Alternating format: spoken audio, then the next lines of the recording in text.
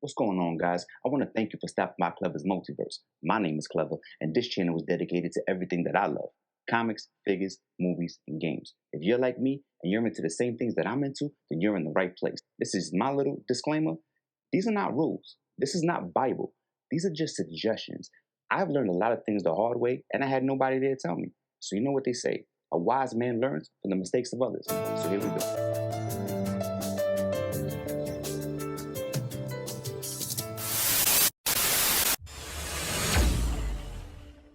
You're probably looking at everything that's out and you're saying to yourself, yo, I want everything. Just be mindful that you have to start somewhere. I do not advise trying to get a little bit of everything. Not right now. That's going to lead to exhaustion. It's going to make you feel like you're not accomplishing anything, and it's going to make you feel like you're all over the place. My suggestion is to pick what you like the best. If you're looking at Marvel Legends and you like something there, just start with Marvel Legends. If you like DC collectibles and you see what they got going on, then go with that. There's a whole bunch of other ways to go too. Playmates is doing the Ninja Turtles. Mecha is knocking out the boys, and they got a whole bunch of other licenses. Narrow it down to what it is that you really want, because it's only going to make your life easier. Financially, I really don't know too many people that can afford to collect anything. Even less are those that can collect multiple lines at the same time. Most of the time, the people that you see that have several lines, they've been doing this for a while. I'm talking years, even decades. So what you're witnessing when you see their room or you see their collection, and what you're seeing at that time, is the evolution and the growth of them collecting. How many times have you gone online and you see people saying things like, getting out of collecting, this isn't for me, I'm selling all my figures? The truth of the matter is they probably spread themselves too thin. They're not seeing any type of progress or what they deem to be progress. And they're saying to themselves, I'm never going to get there. So they give up. That's because they spread themselves too thin and they try to do too many things at one time. Now they're discouraged. My suggestion is to pick a core line that you want to start with and build on that. You don't want to have several cores starting at the same exact time. That's going to lead to overkill. You're going to want to remember that, because we're going to dig a little deeper.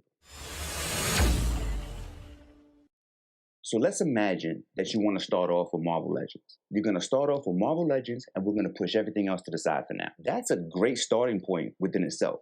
But understand this: there is a multiverse of worlds within Marvel Legends, any one of which you can concentrate on for years. And each of them will command a different price point. Okay, so let's break it down. Do you like movie figures? That means you want to go the MCU route. MCU figures are the ones that go on clearance the most. You usually don't like everybody, and you just cherry picking certain main characters that you really want, and the rest of them go to the bin. In addition to that, every time a new movie comes out and they make a slight variation to the costume, boom, that's a new figure. And now you're looking at your Age of Ultron Captain America like, he's not really cutting it no more. You're going to find yourself buying the same character over and over. Again, you're not really going to have as much variation as you think you're going to have. Now with the MCU figures, do you want to build a comic-based Avenger team? So those figures right there are going to be a little more sought after than the MCU figures that we were just talking about. And their lifespan is going to be a lot longer. Keep in mind that a comic-based Avengers team can run deep.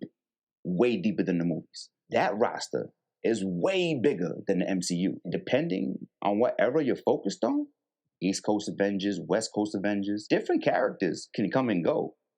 That can be very frustrating and very challenging, trying to piece together everybody.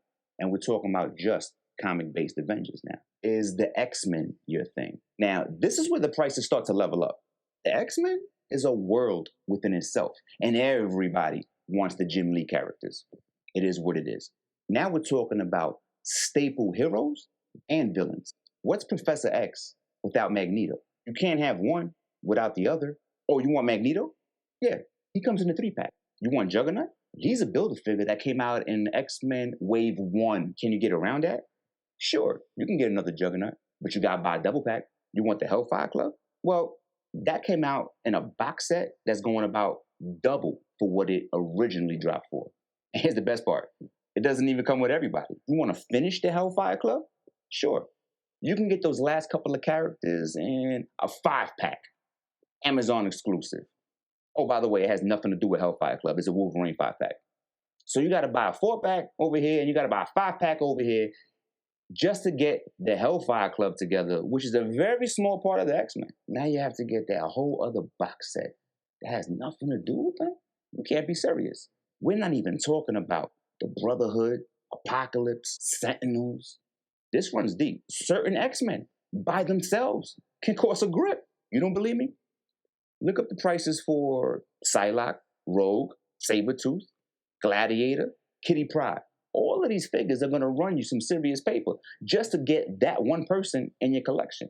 And we already know how expansive the X-Men universe is. And those aren't even like the core members you're really thinking about. Those are the ones you're going to get to later, and you're going to be like, oh, wow. Damn, son, I ain't realize it. But you already got half the team. Now you knee deep in it. Okay, so now we're going to move forward just a little bit. We're going to leave the X-Men, and you probably know where I'm going with this. Spider-Man. Spider-Man has one of the biggest fan bases in the world. And I'm not just talking about comics and figures. I'm talking about all paraphernalia. He is the best-selling superhero paraphernalia guy in history. It's not even close. Most Spider-Man figures and most Spider-Man villains tend to at least hold their value, or if not, they're going to shoot way up. All the classic costumes you're thinking about, they're going to shoot up. If you can even find them. Spider-Man has a suit for every day of the year. And all they're going to do is make more. Spider-Man's rogue gallery is a problem. I'm telling you right now. Try putting together a Sinister Six in the original boxes that came with the Build-A-Figure pieces. Mint in box for those characters is going to be a nightmare. Some of his villains are only Build-A-Figures that only come in waves where the prices for those figures are astronomical. I hate 90% of the retro figures that come out, but when it comes to that guy, you're really going to have to compensate, and you're probably going to have to cherry pick and throw a couple of those guys in there as placeholders just to get the job done. And I'm talking about Sinister Six. We haven't even really spread out to everything that he got going on. Just those main characters alone. Look it up. Even if you don't want to do it, if you buy Spider-Man and you start buying one or two characters, you're going to want to put them together. I promise you that's exactly how this goes. We know. We've been there, right? The Spider-Man that most collectors would agree is the go-to one to have, I would say would be the Pizza Spider-Man. And if I had to pick a newer one, it would be the new retro cardback Spider-Man. Try getting your hands on those for the low. And I'm not talking about loose. I'm talking about mint in box. Try getting your hands on those. It's not going to happen. And trust me, I would love to be wrong. So if you do find it for the low, do me a favor, get me an extra one, hit me up in the comments, and I got you. Those guys are a problem. I think the retro sometimes is going for upwards of like $150 for a cardback retro. Only Spider-Man can command those numbers. The point that I'm trying to make to you is this. When you're starting to think about what you're trying to do with your collecting, recognize all Marvel Legends are not created equal. Think about the points that I just brought up. Think about your finances and the space that you have when you're trying to put these guys together. If I was just starting out today, I would probably save those upper echelon characters for later.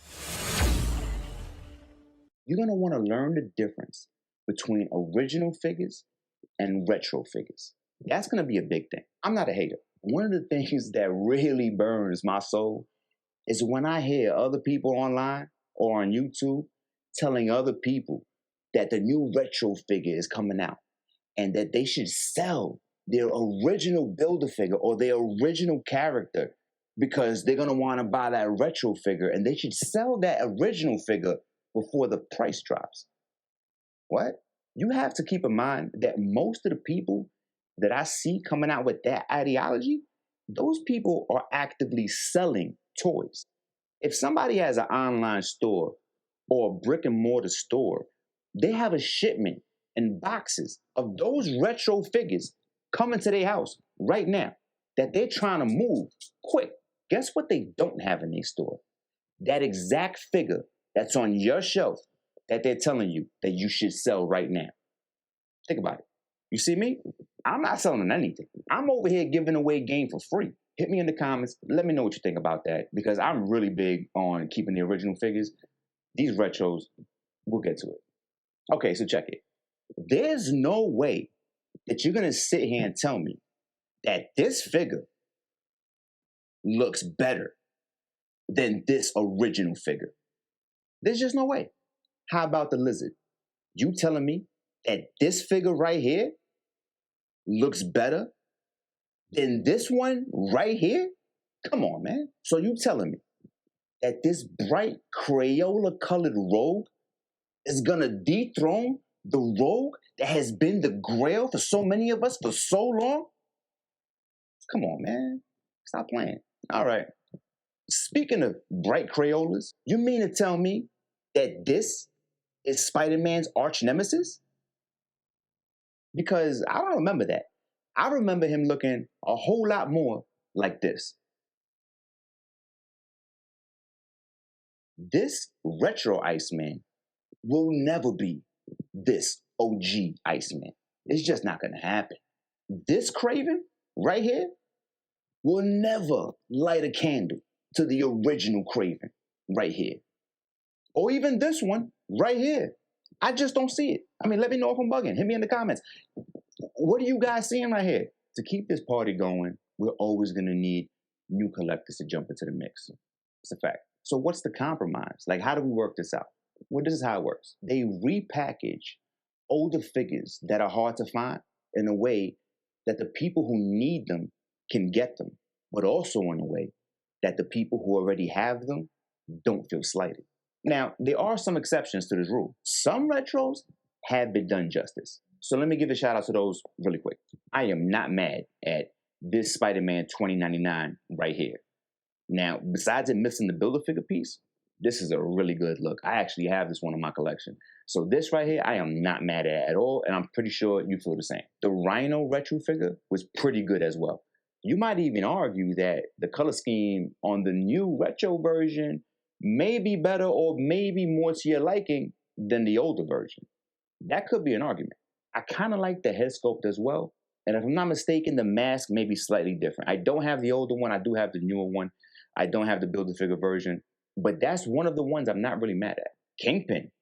He's on the money right there. I do not have a problem with Kingpin. Could be argued that he may be better than the Build-A-Figure one. I mean, that's all determinant on your taste. But these are figures that you can buy retro version that you really don't have to think about twice. The problem is that these retros jump up quick because people want them. Dark Phoenix, that's a go all day. I mean, the only other time that I know of that she was released was in a Toys R Us exclusive 2-pack. Yeah, good luck finding that. You could imagine finding that figure mint in box today, what is going to run you. Now, I think the last time I checked, it was in the late 200s for that figure. For that 2-pack figure. The point that I'm trying to make is that you're going to want to learn the difference between the originals and you're going to want to learn the difference between the retros. I want to thank you for riding with me, and I look forward to seeing you again next Sunday on Clever's Multiverse. Peace.